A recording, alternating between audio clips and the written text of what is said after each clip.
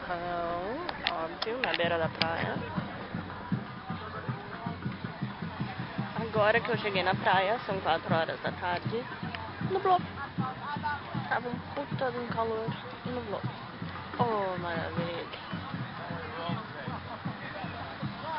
Essa aqui é uma praia diferente, nunca tinha vindo nessa praia. Até esqueci o nome, é Koji Beach. Koji Beach. É uma praia mais ralé, digamos assim. Dá de tudo aqui. Não pode beber em lugar público, mas tem uma galera bebendo cerveja por aqui. Não pode fumar também, tem gente fumando, tô vendo horrores. É uma praia mais ralé, mas tem horrores de brasileiro. É, por isso, brasileiro é ralé mesmo. Até dá pra escutar uma charanga, um bando de brasileiros que estão ali em cima, tocando charanga.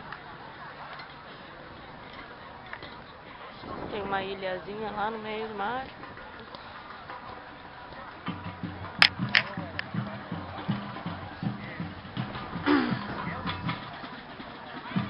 O céu nublou, que saco. Saco, tava um puta num sol, cara.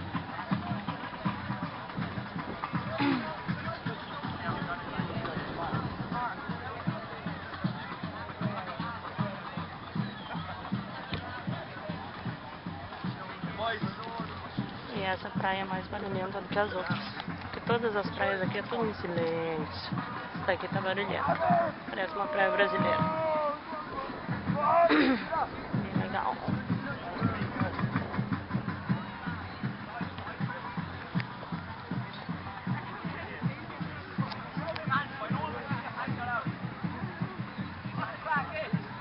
Olha aquele com a bunda de fora.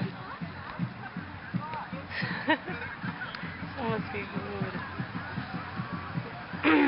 Eu não tô vendo nenhuma guria fazendo topless aqui, mas que dá de guria fazendo topless é incrível.